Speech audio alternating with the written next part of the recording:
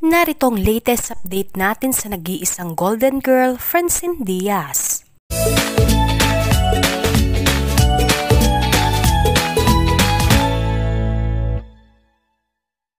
Dumalo ang kapamilya actress na si Francine Diaz sa kauna-unahang Asia Star Entertainer Awards sa Japan ngayong April 10.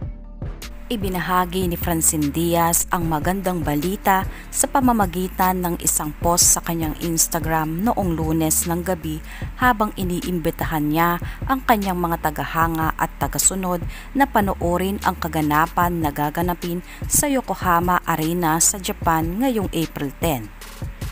Hi, Francine Diaz here. I am invited to attend the ASEA Awards at Yokohama Arena in Japan on April 10, 2024. Red carpet starts at 3:30 p.m. and the award ceremony starts at 5:30 p.m. It will be broadcast live on Yusen. See you all! Mwah! Namataan na kasama ni Francine Diaz at kumpleto ang kanyang buong team. May update ng kanyang makeup artist na si RB Chanko sa kanilang mga ganap at pagdating sa bansang Japan.